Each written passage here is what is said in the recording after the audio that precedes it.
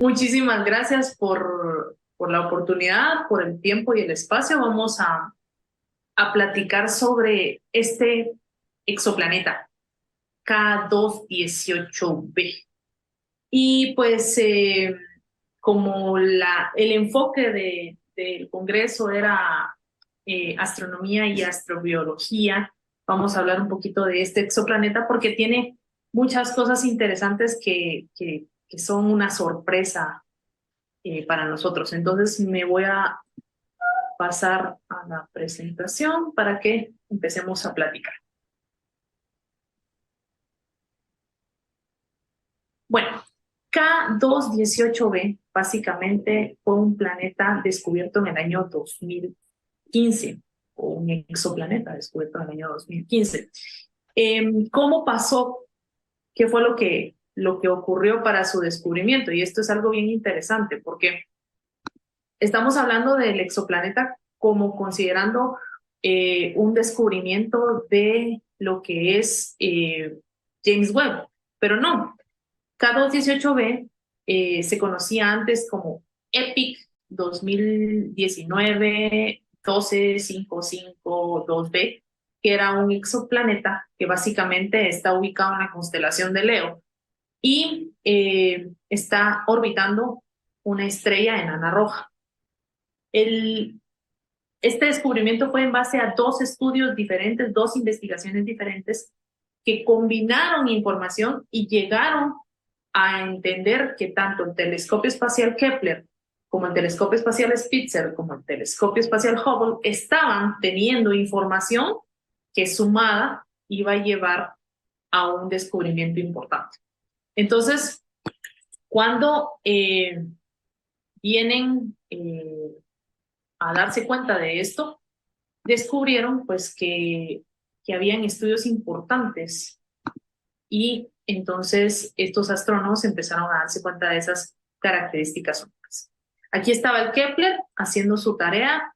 ¿Qué hizo el Kepler? Kepler fue un observatorio espacial que orbitó el Sol buscando planetas extrasolares durante más de 9 años, 9 años, 7 meses más o menos fue lo que hizo de trabajo.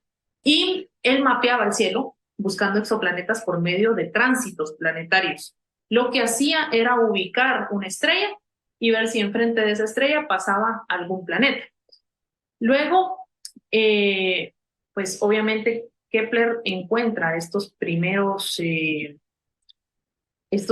datos de esta estrella que se llama K218 y entonces se encuentra su planetita que es K218b. Esa es la primera parte que hizo Kepler. Luego Spitzer, que es el telescopio espacial Spitzer, eh, es un telescopio que manejaba una instalación en infrarrojo y lo que hacen en infrarrojo es ubicar básicamente ciertas zonas de formación estelar o de muerte estelar. Pero algo importante que hizo el telescopio Spitzer fue mapear ciertas estrellas. Entonces, vuelven a mapear esta estrella y se dan cuenta que tiene una temperatura relativamente baja, porque es una estrella enana roja, pero que al darse cuenta que había un tránsito planetario y que habían planetas ahí, descubren que estos planetas podrían estar en la zona habitable. El telescopio espacial Spitzer funcionó bastante más de su tiempo, sus 5 años que trabajó, pero hizo este descubrimiento inicial. Luego, el telescopio espacial Hubble, que al Hubble, al Hubble le tengo un gran cariño realmente, eh, terminaron tomando ciertos datos importantes porque realmente el telescopio espacial Hubble lo que quería era ubicar el planeta en el visible. Entonces ya tenían una imagen de tránsito, un infrarrojo y un visible que podían sumar. Obviamente los datos del Hubble como fotografía no son la mejor fotografía de un exoplaneta, pero ya permitía hacer el estudio de algo como el inicio de un estudio atmosférico. ¿Qué pasa aquí? Ay, me pasé, perdón. Los datos que descubrieron de Kepler K218b era que estaba en la zona habitable de una estrella que tenía condiciones adecuadas para la existencia de agua en estado líquido, que tenía un tamaño similar a la Tierra, más o menos 2.5 veces más grande que la Tierra, y esto lo hacía una super Tierra. Pero en ese momento, entre las categorías de los diferentes exoplanetas, sabemos que están las tierras, la supertierra, los tipo Neptuno, los tipo Júpiters, los Júpiters calientes, y entonces este se ponía en la posición de una supertierra. Luego más adelante les voy a contar que esto fue cambiando en base a lo que iban descubriendo de él, porque su composición indica actualmente que tiene presencia de vapor de agua en la atmósfera, y este es un elemento clave para tener posibilidades de vida.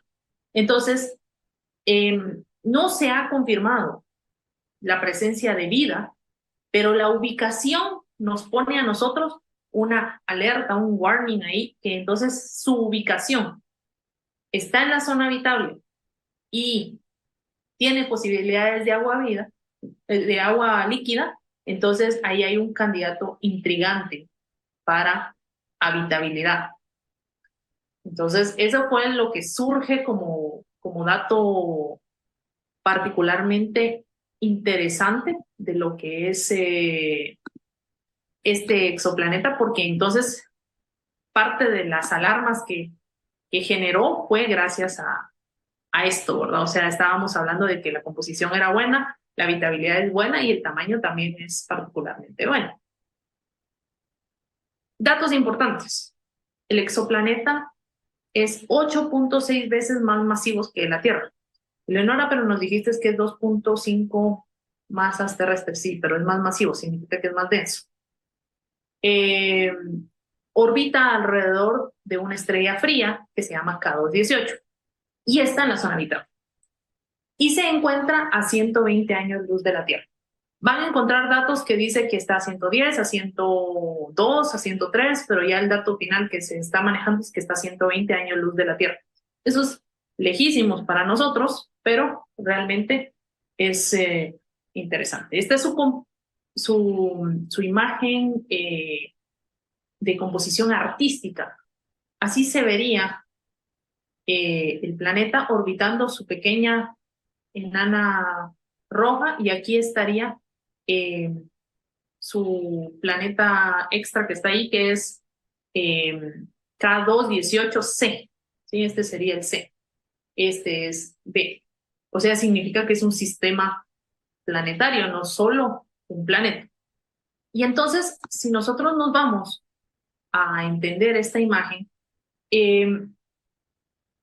hay una nueva investigación que lanzaron con el telescopio espacial James Webb para este planeta. ¿Por qué? Porque revelaba de alguna forma la idea de que ahí hay abundancia de metano o de dióxido de carbono. Entonces se tenía que solucionar con la imagen aquí de artística. Si estaba en la zona habitable, entonces tenía la presencia de estos elementos y necesitaban de alguna forma confirmarlo con James Webb. Entonces llevaron, vamos a ver, la necesidad de varios estudios con varios instrumentos. Los instrumentos fueron estos. Cármenes, el instrumento Cármenes consta de dos espectrógrafos de alta resolución, uno visible y otro en infrarrojo, que están optimizados para la detección de planetas en torno a estrellas cercanas tipo M. O sea, utilizaron un instrumento que es especializado para las estrellas tipo M. ¿Qué hace Cármenes?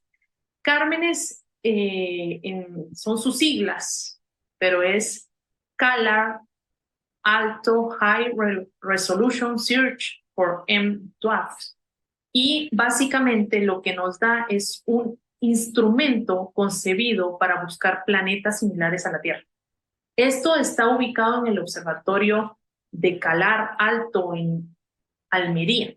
Y básicamente es un lugar donde trabajan en un proyecto donde trabajan más de 200 científicos e ingenieros y participan 11 distintas entidades españolas y alemanas que han buscado la manera de empezar a analizar estas estrellas frías.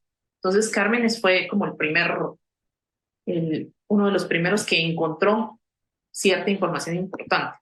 Luego fue HARPS. HARPS es el acrónimo de Buscador de Planetas por Velocidad Radial de Alta Precisión.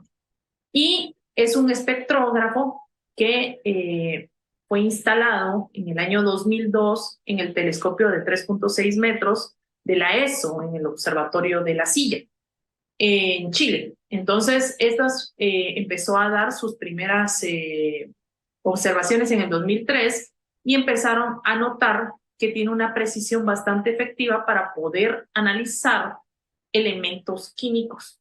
Entonces ahí empezaron a hacer el análisis de las velocidades radiales de los planetas y uno de ellos fue nuestro candidato, ¿verdad? O sea, le dieron un estudio y un análisis particular a él para poder investigar. Eh, Ahora, el tercer instrumento es el NIRIS. Ese está dentro del James Webb. ¿Qué hace NIRIS? Entonces vamos a enfocarnos en NIRIS en este momento. NIRIS proporciona capacidades espectroscópicas de imágenes en el infrarrojo. Y esto lo hace en el infrarrojo cercano porque nos permite analizar la interferometría de un objeto. Ahora, ¿qué hace NIRIS? Bueno, resulta ser que NIRIS tiene cámaras que capturan imágenes de forma bidimensional, mejor dicho, o sea, en 2 dimensiones, de regiones del espacio. Y entonces tenemos espectrógrafos que tienen luz y brillo que se mueven con una máscara que tiene varios orificios. Si ustedes vienen y...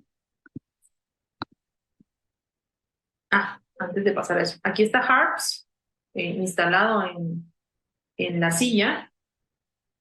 Aquí le tengo a Cármenes, ¿sí? En España. Y aquí está NIRIS. Bueno, NIRIS cuenta con esta rueda de colorcitos, ¿sí? Esta es básicamente una fotografía digital básica por medio de diferentes filtros. Es como cuando nosotros queremos tomar una foto con filtro azul, con filtro rojo, con filtro amarillo. Entonces, NIRIS, al tener esta cámara que está conectada al James Webb, nos permite analizar en diferentes frecuencias de luz una misma foto. Entonces, esto funciona como un carrete que da vueltas y que yo le estoy permitiendo de alguna forma tomar fotografías en diferentes longitudes de onda individuales. Entonces, el rango de longitud de onda que maneja NIRIS es una longitud de onda desde los 0.6 micrones, o sea, el rojo visible, hasta los 5 micrones, que es el infrarrojo medio. Cuando el campo de visión de NIRIS está funcionando, yo tengo un campo de visión de un instrumento que en el cielo puede observar un área básicamente distante en la cual puedo cubrir desde 9.6 hasta 6.8 minutos de arco. Básicamente sería como captar la luna llena casi con un zoom de un cuarto. O sea, yo tengo la luna llena me maneja a mí 31 minutos de arco en el cielo, un diámetro, entonces estoy cubriendo un pedacito de 9.6 por 6.6 minutos de arco. Básicamente estamos diciendo que tiene un gran zoom esta cámara, ¿verdad? Entonces, la imagen que genera esta cámara me permite a mí tener variedad de objetos y poder manejar diferentes niveles de luz. Tiene espectrometría, entonces vamos a hablar de este elemento extra que es esta parte de acá.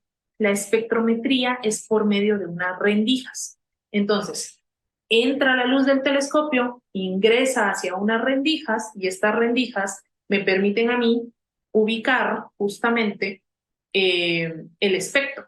Entonces, al manejarlo por medio de espectrometría, yo tengo un campo amplio en el cual yo puedo estudiar un campo de estrellas, un campo de galaxias, pero al mismo tiempo puedo manejar un solo planeta. Y esto es lo importante de este elemento, porque de alguna forma lo que está haciendo NIRIS es capturando a detalle la información de nuestra atmósfera de ese exoplaneta.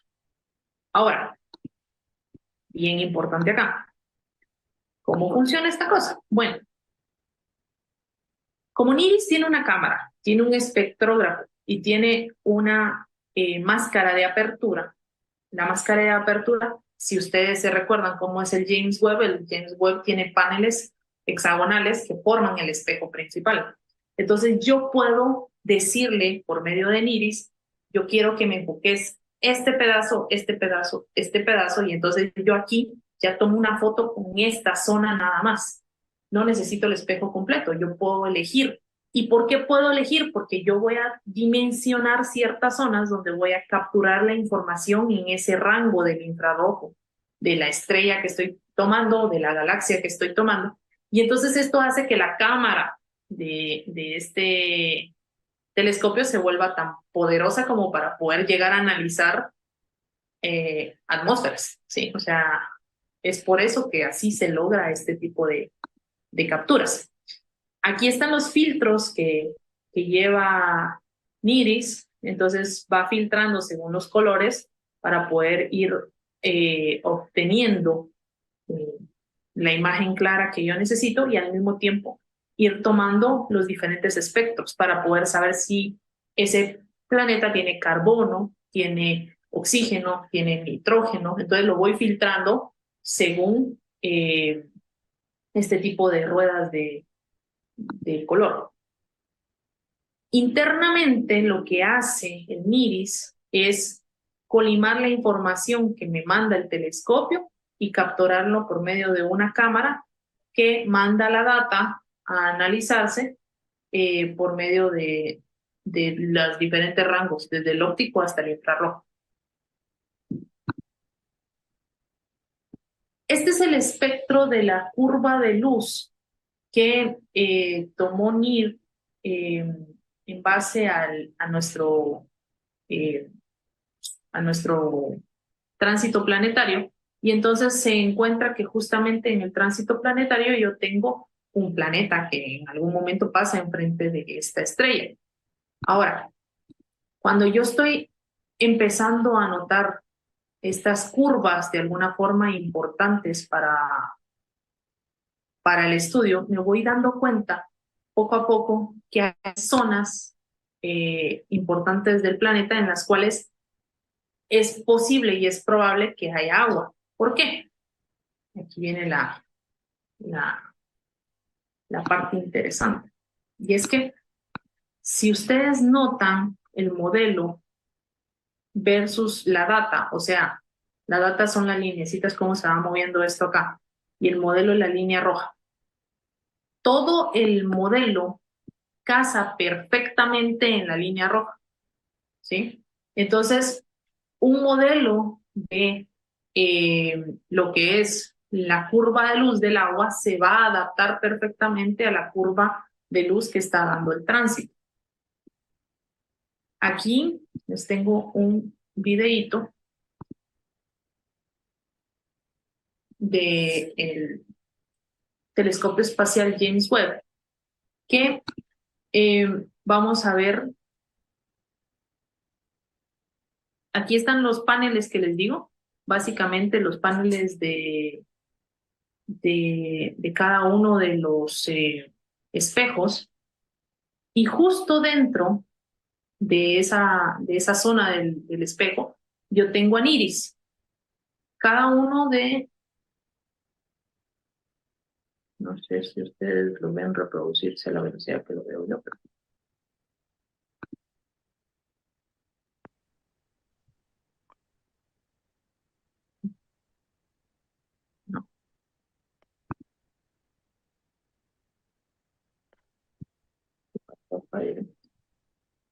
Problemas técnicos tecnológicos.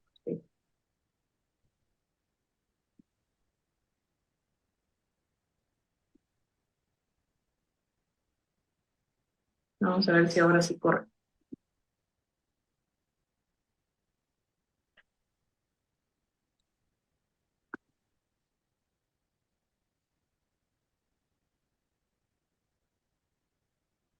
Ah, rayos.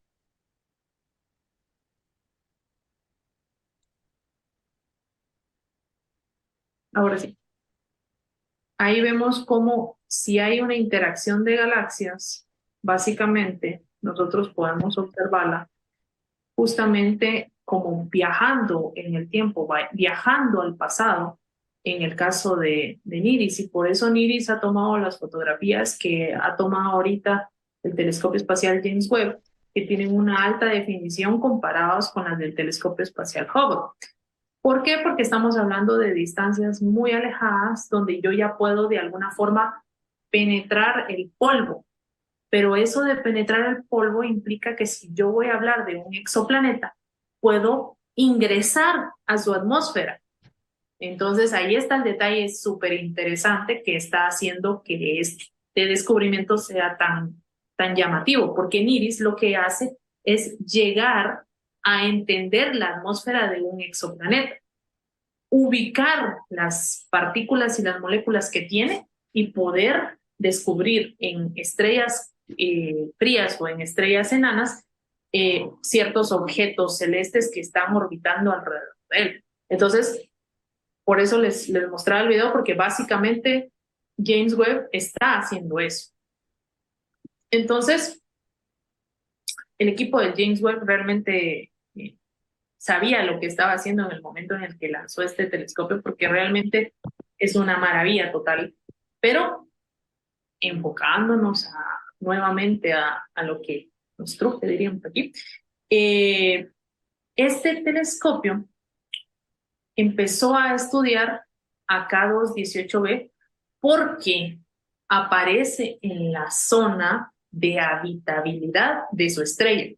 La zona de habitabilidad de la estrella va a variar dependiendo de qué estrella sea la estrella de un sistema. Entonces, la habitabilidad en el sistema de las enanas rojas básicamente está determinada por un gran número de factores. Vamos a establecer qué afecta la habitabilidad planetaria, la temperatura de la estrella. Entonces, si la estrella es muy pequeña y muy fría, su habitabilidad se acerca. Si la estrella es muy masiva, su zona de habitabilidad se aleja. Entonces, básicamente, si yo tengo una variación estelar en una enana roja, yo tengo debo de entender que una enana roja va a ser una estrella longeva, va a tardarse mucho tiempo, su vida va a ser más larga. Entonces, esto hace que sea justamente positiva la existencia de vida en un exoplaneta que esté en una estrella como estas, porque esta estrella va a ser una estrella que va a durar muchísimo tiempo. Aparte de eso, la zona habitable de las enanas rojas va a representar un frío, o sea, una estrella pues un poco más común, más fría y más pequeña, y su abundancia va a ir al 70% de casi todas las estrellas que nosotros tenemos. Entonces, se cree y se supone que el 73% de las estrellas que tiene la Vía Láctea son de tipo rojo. Entonces, esto nos dice a nosotros que lo que estamos es hablando de un descubrimiento que hasta el momento es casi único, pero implica que van a haber muchos más similares. Y eso nos pone a pensar en el hecho de que a lo mejor tengamos muchos planetas que van a permitir descubrirse en un tipo de estrellas como estas. Ahora, quiero que vean acá, a pesar de estar a tan solo 15 millones de kilómetros de distancia de su estrella y tener un periodo de 33 días, se halla en la zona habitable de su estrella. Este es K218, aquí está K218b. Su zona habitable está justo en esta zona habitable que debería de tener la estrella. El Sol, vean, la zona habitable se aleja porque el Sol es una estrella más grande que esta. Y hay un detalle aquí. Cuando hablamos de zonas de habitabilidad, también tenemos que hablar de irradianza. ¿Qué es la irradianza? La irradianza es la magnitud utilizada para describir la potencia incidente por unidad de superficie de toda radiación electromagnética. ¿Qué significa eso? Que la irradiancia sirve de base para definir magnitudes con respecto a cuánta energía de la estrella llega a la atmósfera de ese planeta. ¿Sí? Entonces, este fue justamente el dato más importante para poderle dar atención a ese planeta como para poder observarlo, porque si la Tierra nos llega a nosotros 1370 de radianza, estamos hablando que este planeta está en 1300 exactos. Entonces aquí, ¿ven? Es muy similar. Significa que sería un planeta con una temperatura bastante amena y tranquila y bonita. Entonces, esto nos da a nosotros la oportunidad de pensar en este planeta como algo interesante. Entonces, resulta ser que si la estrella es fría, entonces va a tener su zona habitable más cerca. Si la estrella es más caliente como el Sol, su zona habitable va a estar más lejos, y si es una estrella azul, póngale, su zona habitable va a alejarse todavía más, porque todo va a depender de qué tanta irradiancia le va a dar la estrella al planeta en sí. Entonces, esta se mide en vatios, ¿sí? Metros por segundo, básicamente. Es una medida de, de irradiancia. Ahora, el exoplaneta K218b, ya sabíamos que estaba en la zona habitable, pero teníamos que ver si el interior y la atmósfera del exoplaneta nos funcionaban de alguna forma para hablar de lo que queríamos hablar del planeta. Entonces, básicamente aquí está la recuperación atmosférica del espectro de transmisión. Entonces, ustedes ven arriba, en los puntitos verdes que notamos acá, que básicamente el espectro del modelo nos permite a nosotros tener varias consideraciones. Primero, la región sombreada va a representar los intervalos de confianza que se tienen en el modelo.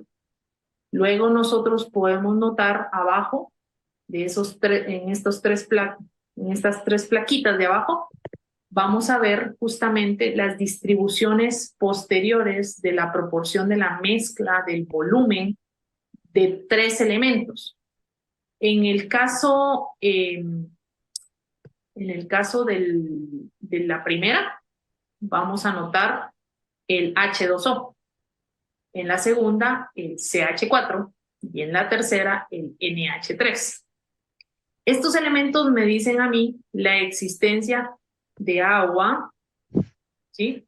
Como parte particularmente importante de un elemento químico, de metano, que es el CH4, y de el amoníaco, que es el NH3. Entonces, nosotros al final podemos decir, bueno, o sea, esta gráfica significa lo siguiente.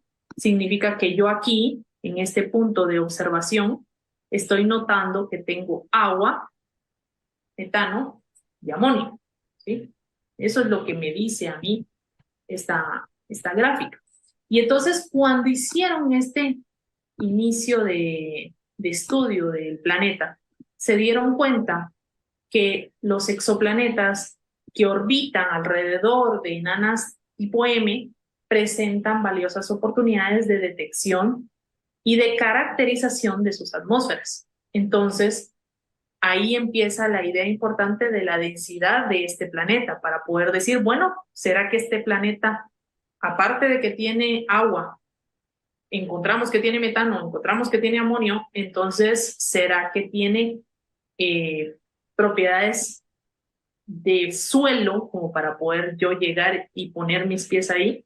Entonces empezaron a utilizar propiedades atmosféricas recuperadas para limitar la estructura y poder conocer si este planeta no era solo nubes y neblina, sino que también tenía algo donde yo me pudiera posar, básicamente. Ese fue el primer paso, estudiar su atmósfera. Luego empezaron a detectar el espectro de transmisión que dio el James Webb. Y esto fue interesante porque al James Webb empezar a analizar, empiezan a aparecer las trazas de los elementos químicos que les digo.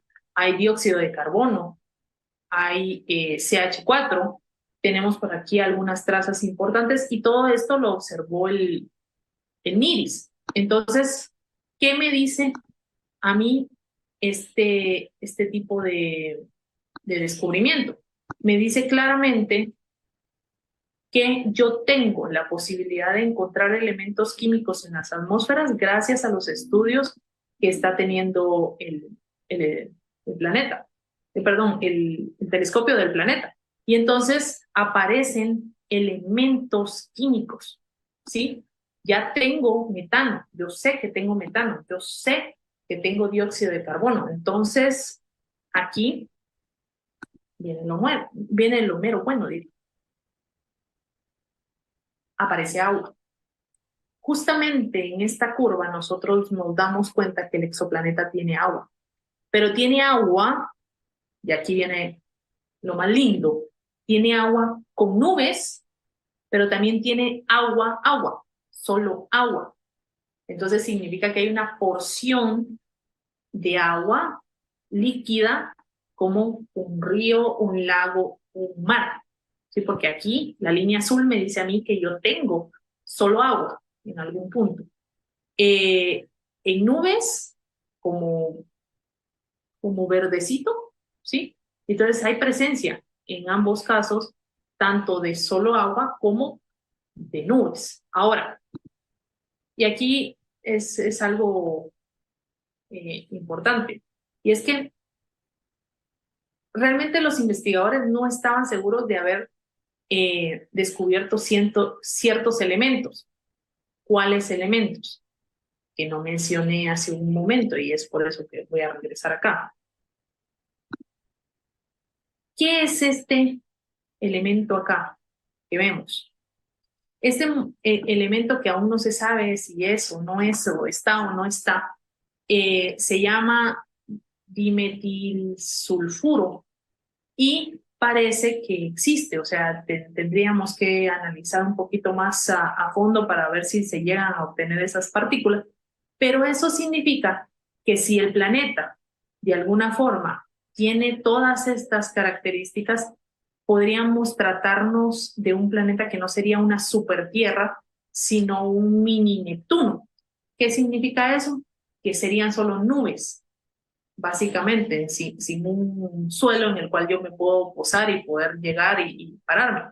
Ahora, y ahí viene lo que más me gustó de todo esto, es que si el agua aparecía única y exclusivamente como una porción de agua, significaba que había que estudiar solo el agua y entonces decidieron estudiar esto, que es básicamente el vapor de agua en el exoplaneta.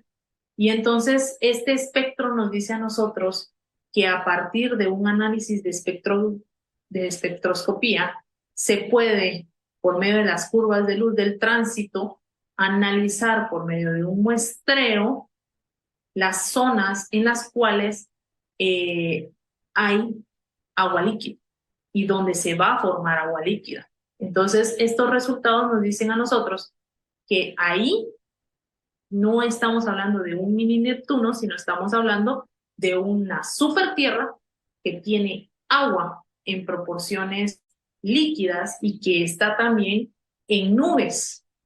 ¿Ya? O sea, ya estamos pensando en una atmósfera y en una base que tiene agua. En ese estudio se analizó la sensibilidad del vapor de agua y al mismo tiempo el estudio demostró que también había agua líquida en su atmósfera.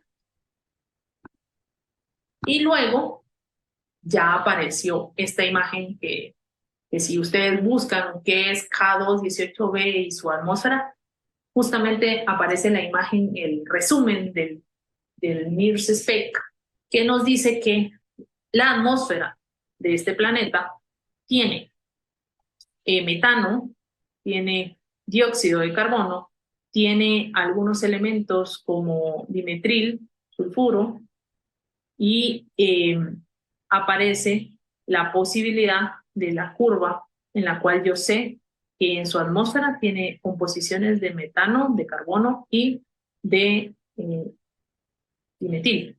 Ahora, entonces el vapor del agua, ¿dónde está? Si no está en la atmósfera, ok, sí está dentro. Aquí es donde se resolvió que la Tierra, si ustedes comparan la Tierra con K2-18b, van a notar que particularmente eh, este planeta eh, es un mundo acuático, con una atmósfera rica en hidrógeno y con gases asociados a la vida. ¿Por qué?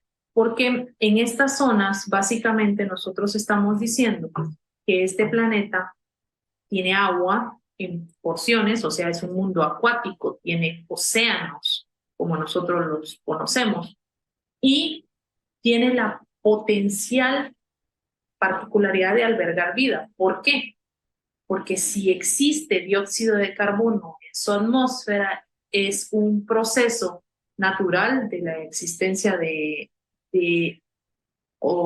algún tipo de organismo que lo genera, no única y exclusivamente de su atmósfera como tal. Entonces, ese gas de la atmósfera se produce porque hay organismos vivos que la forman, así como nosotros tenemos básicamente que nuestro dióxido de carbono que forma nuestra atmósfera, lo forma nuestro, nuestro proceso de existencia en el planeta. Entonces, el gas en cuestión es un dióxido de metano, tenemos una molécula orgánica que es el metano y que va a reaccionar con el oxígeno para poder formar ese dióxido de metano, formando así actividad, la idea de tener actividad biológica de plantas, de animales o de algún microorganismo que esté ahí en este planeta. ¿Cómo se detectó el gas? Básicamente por el espectro de luz y identificaron las huellas químicas del gas para poder analizar las posibilidades de la exploración que tiene este exoplaneta. Entre sus características físicas importantes está de que el planeta tiene un periodo de 33 días, pero hay algo interesante. Este planeta parece que está fijado por mareas, es decir, que tiene una temperatura en un lado y otra temperatura en otro lado del planeta. Cuando un planeta está fijado por mareas es equivalente al hecho de la luna con nosotros. ¿Por qué? Porque le vemos siempre la misma cara a la luna, porque su rotación y traslación es de la misma cantidad de días, entonces está fijado mareas porque nosotros le vemos siempre la misma cara.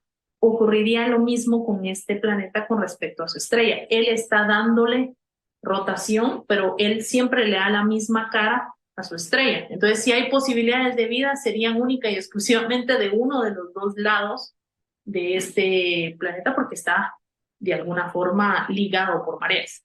Y eh, como les digo, tuvo su dilema si era un mini Neptuno, si era una super Tierra, y entonces eh, básicamente ahora lo conocemos como un planeta isiánico. Yo les voy a decir por qué.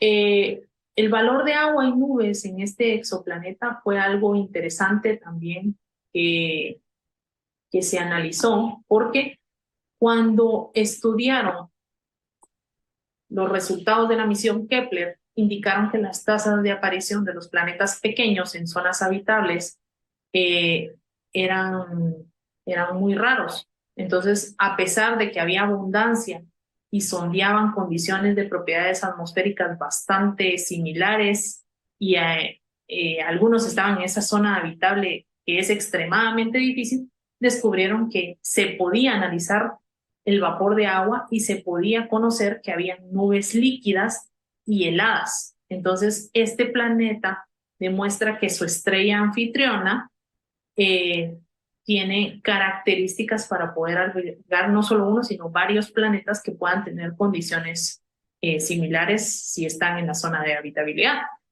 Ahora, cuando las observaciones de Spitzer confirmaron también lo que ya se había predicho con Kepler, entonces se dieron cuenta que la envoltura del planeta es básicamente hidrógeno. Y entonces podía existir una interacción de hidrógeno con oxígeno para poder llegar a decir, ok, este planeta tiene una capa habitable.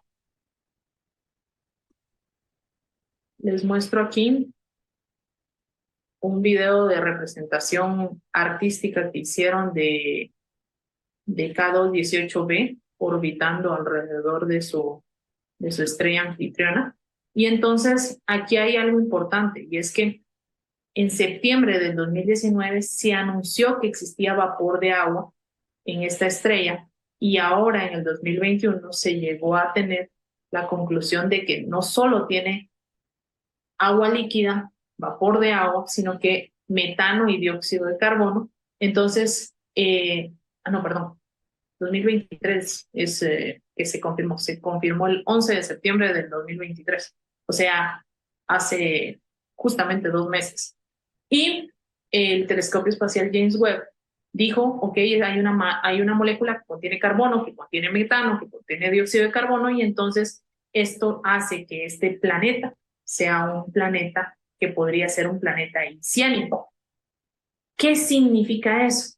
Que es un planeta que tiene la característica potencial de una atmósfera rica en hidrógeno, por eso lo ven como que tuviera nubes y que tuviera un fondo de alguna forma ahí como agua. Mundo oceánico. ¿Qué significa que es un mundo oceánico? Que está básicamente rodeado, cubierto de océanos y con atmósferas bastante ricas en hidrógeno y que tiene la temperatura ideal como para poder ser habitable. Ahora, si nos vamos un poquito a la ciencia ficción, justamente ahí nos podemos poner a pensar en lo que es el primer planeta en el cual en Interstellar llegan.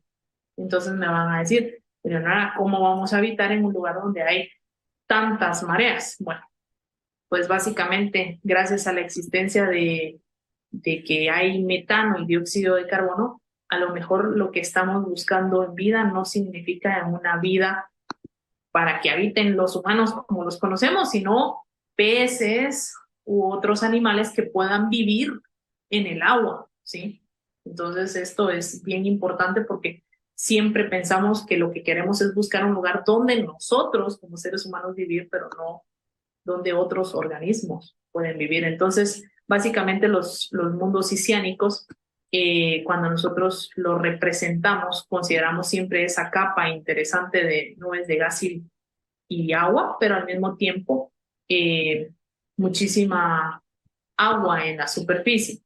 Este término de planetas o mundos oceánicos se introdujo por unos científicos de la Universidad de Cambridge eh, que dieron la idea de que no solo tenemos que presentar una superficie cubierta de agua, sino que una atmósfera con bastante dominancia de hidrógeno. Entonces, esto nos da la idea final de que K2-18b es un planeta que tiene todas las posibilidades de albergar vida, pero no como la conocemos ahora.